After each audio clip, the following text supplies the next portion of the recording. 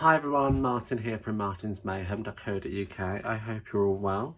So you might recognise these projects from a while ago. I shared them for an artisan blog hop. Oh, I don't quite remember when, but it was some time ago, and I believe it was October, no, September even. But nevertheless, I've had so many questions about the backgrounds on these that you can see here, in the fact that I've got these little dots happening, not the white dots, but these kind of watermark ones. So rather than keep having to explain in 10,000 different emails, which I don't mind. If you want to email me asking any questions, that's absolutely okay. However, it just shows that you guys clearly are asking for a video on how to create this background, and believe it or not, it's so easy. So I am going to make this card that you see here. So I'm just going to move my other examples out of the way, and I'm going to bring in a few items. So what I've already done, just to save some time so we can concentrate on the actual technique itself, is the house is cut from the designer series paper. That is the Trimming the Town designer series paper under this item code.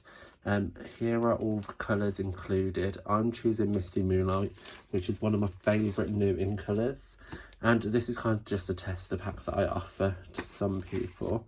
And you can see here the different patterns of paper that we have. So as always, you kind of have a pattern and a print, and they're super fun, which I just love. These coordinate perfectly with the stamp set and die bundle, which are also available individually. But again, all these items are also available as part of the Trimming the Town suite. So it's fab. So you can just see there all the wonderful pattern paper, and that's what I'm going to be focusing on. So there's no actual stamping, just because, hey, why not? Let's not always stamp. So I've taken the house from that, and I've also taken the little trees. And you can see here I actually used my blends on these trees, but these ones are just as cute, so we're going to use them instead. And I've cut 4 trees, but we are only going to need 3, so 2 big ones and a little one. We also get these sentiments as part of the designer series paper, and they're all in different languages, which is fab. But this one I'm just going to use the most wonderful time of the year. Here I use Have a Merry Little Christmas. So that's just super cute. So we're going to cut that down as well. And you're going to need a piece of Misty Moonlight cardstock. So for those of you who don't know, I do all of mine top folding just because it's easier for me. So I'm going to cut at 10.5 before rotating it round and scoring at 14.8. And then that just gives me a lovely top folding card that you see there. Now, if I had my bone folder, which is here, I can just reinforce that down like so. But I'm not going to take my paper trimmer away. So it's up to you. You can use this as another card base because you can just score it there. However, just for the sake of ease, I'm going to cut this down to 14.4. Then flip it around and cut at 10.1. Okay, so this is going to be our little mat to sit on top of our card, like so.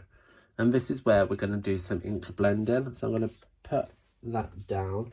I'm going to grab our Sponge Brayer. You can see mine's very well loved. It's very, I need a new one. But nevertheless, it still works. So while it works, I'm not going to throw it out. And my Misty Moonlight Ink. And I'm just going to pop that open like so. And I'm just going to ink up my sponge brayer by pushing it backwards and forwards repetitively. And then with this, it's just a matter. So I wanted to create like a spotlight effect. So I'm going to leave this area here without any ink. But I'm still going to go round my card in a circular motion. Just applying that ink down, as you can see.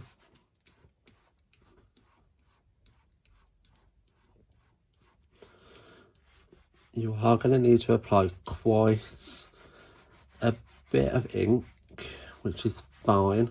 Don't be scared to get in there. And don't expect it to be perfect first time. So just keep working it around like so. And then going at the top.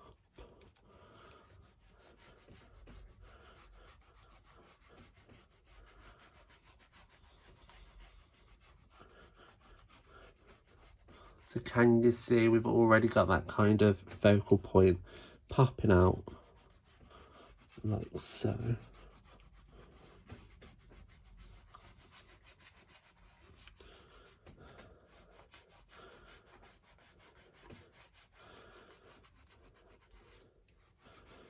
So once you're happy that your darkest bits for the Misty Moonlight are as dark as you can possibly be, remember it is going to dry slightly lighter, and then you can leave that.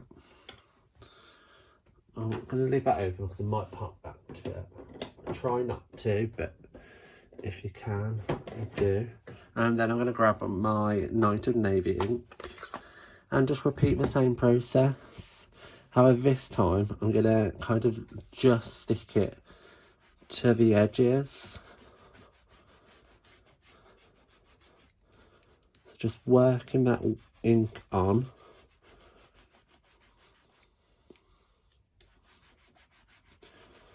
Like so.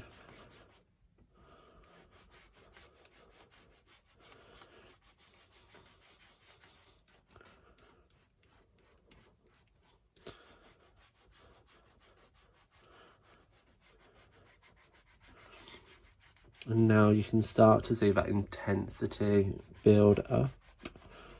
I'm just going to keep applying it around the edges like so. I feel like that's not particularly round. So you can just keep working it like so.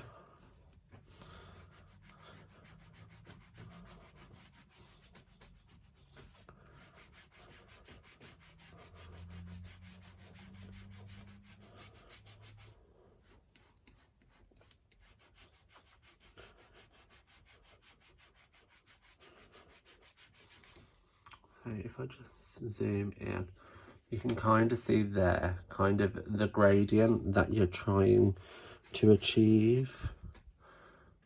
And again, I'm trying to keep my fingers in the center part so that I'm not getting inky fingers for the rest of the project.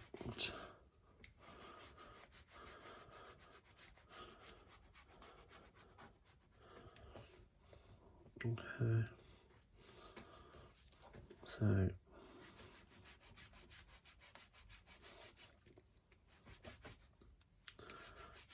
I think I'm going to call that quits. I did get a little bit of ink there, which is a bit too much of the Night of Navy. However, these things are sent to try us. So now, once we've got our ink down, I'm not going to go back in with the Misty Moonlight. If I just zoom back out ever so slightly, you are going to need some water. So I've got a bowl of water because for me that's just easier. I'm going to move my project out the way. And some tissue paper. Okay. So I'm just going to dip my fingers in like so, and then flick. Okay, so I'm going to let it seep in a little bit before bringing my fingers or the tissue in, just to pick up that ink, like so. So my fingers are a bit wet, so I need to be a little bit careful. And then it's just a matter of adding more splatters or less, whether or where you see fit. And the longer you leave it to soak in, the deeper the intensity of them ink bubbles. So I'm just going to grab my heat tool and just heat this up.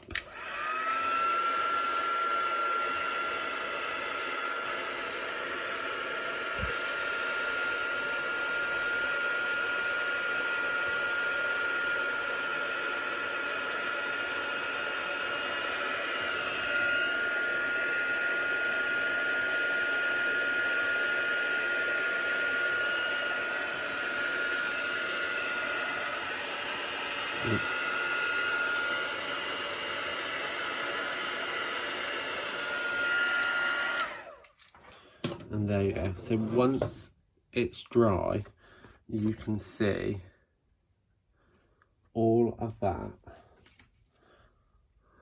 coming through, which is super fab and so easy.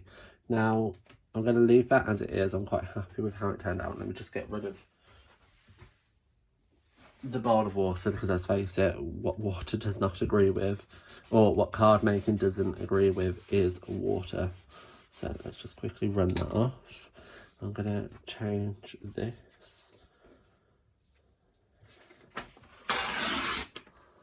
So it's nice and clean.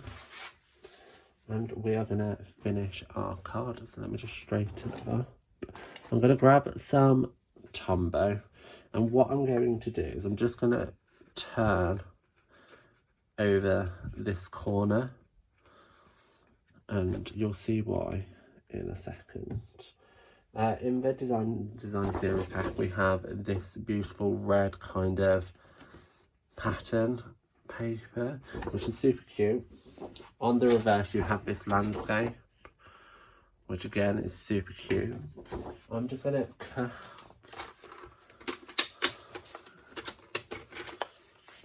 an inch piece, a piece measuring an inch even, like so. Then I'm just going to cut it so far down, so we don't need an awful lot. So how much does that measure in the end? So it's 2.5 centimetres basically by 10. It doesn't need to be 10 centimetres. However, it's just going to sit behind like so for a little extra added detail. On the example, if I bring it in, use a staple just to tie a little or attach a bow. However, I am just going to adhere it down with a little bit of Tombow as well, like so. Then it's just a matter of wiggling it down so it's flat against both edges. Oh, can't line it up. Okay, so then instead of this corner, we've got this corner. It's super cute. Okay, so let's tie a bow. To do the bow, I am going to be using some linen thread, which I have here. Now, I love this stuff. If you guys don't use linen thread, what's wrong with you? It's so quick and easy to make little cute bows, and it's just fabulous. So I feel like I haven't done that big enough. Let's get some more. I'll be honest, a little bit wasteful when it comes to linen thread, just because I like to make them a lot bigger than I need to, and then cut them down afterwards. But nevertheless, it's so quick and easy to do. Let me grab my paper snips, which I don't have.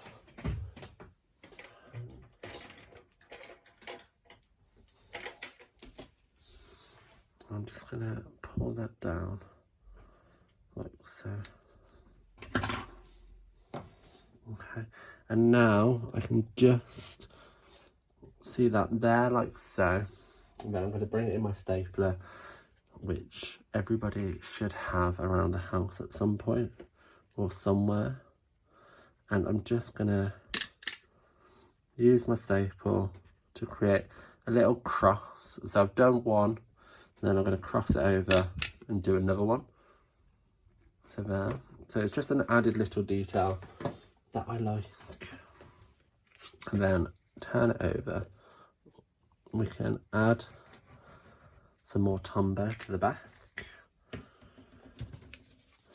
before placing onto our card base, which is that piece of Misty Moonlight that we cut earlier on.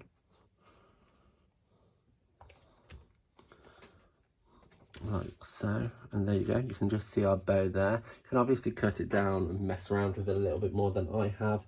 That's absolutely fine. I'm going to grab our elements and some dimensionals. No, I'm not. I'm jumping ahead of myself. I haven't done any white little splatters, so I must do that.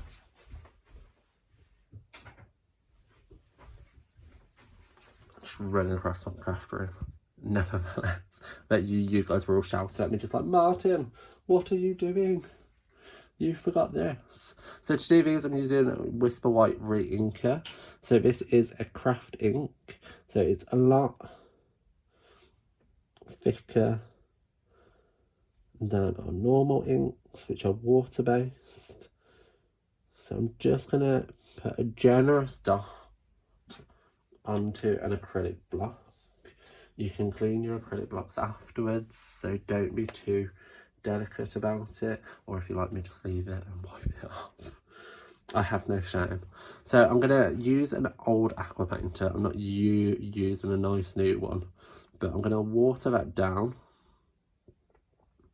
ever so slightly, and then I'm just going to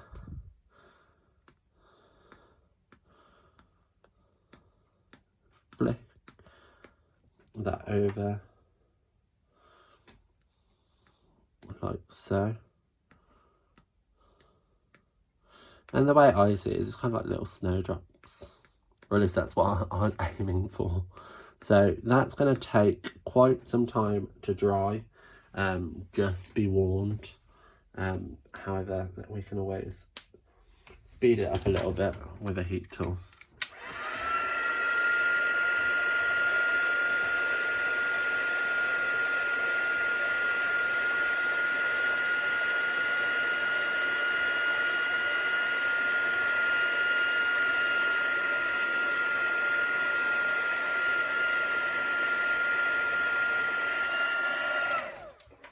So mine's faded quite a bit. It's probably because mine was a little bit too watered down. So just make sure you play with it a little bit. You will find the right consistency. Just give it a quick wipe over.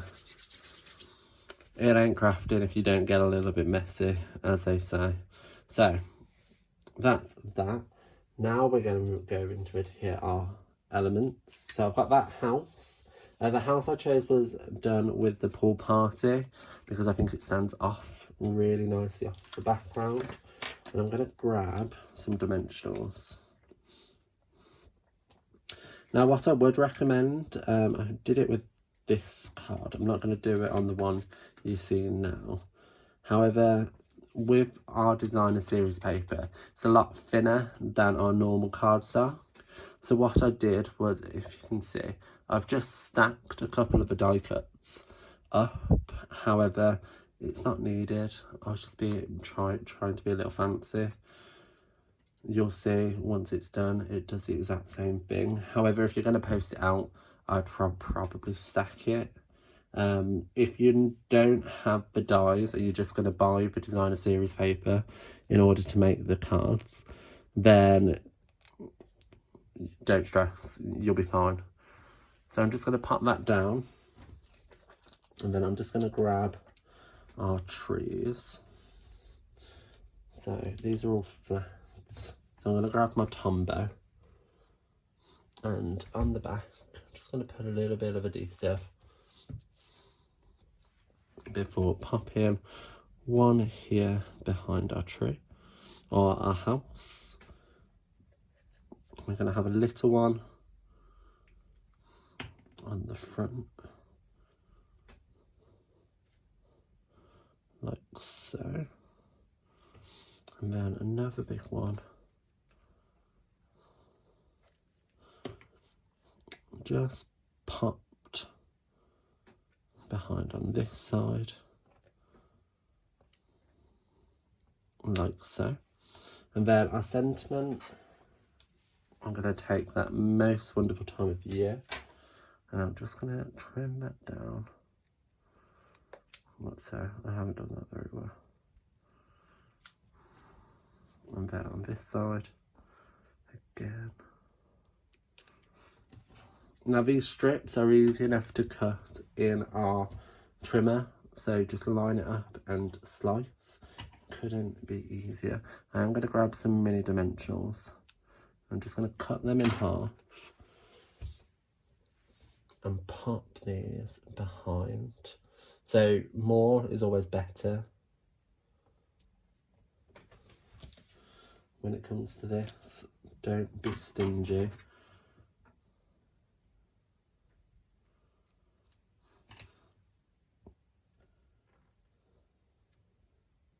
Pop these on. And then taking the backs off. It's just a matter of getting it straight on our card. So I always find looking directly above helps to get it straight. And of course you could always bring in a ruler if you so wished. Now all that's left to do is to bring in some adorable little accessories, which are all the Trimmings Embellishment. So you get these little dots which you could use in place of our craft ink, or you get the red ones and the little stars. I adore these stars. I think they are so stinking cute. So I'm just going to grab one there. Oh. Do you know, I've picked it off without taking the sticky part with me. So what I'm going to do is grab my Take a Pic tool and do it again, but this time do it properly. So I'm just going to lay 3 onto our project around our centre focal point, as you can see. And there you have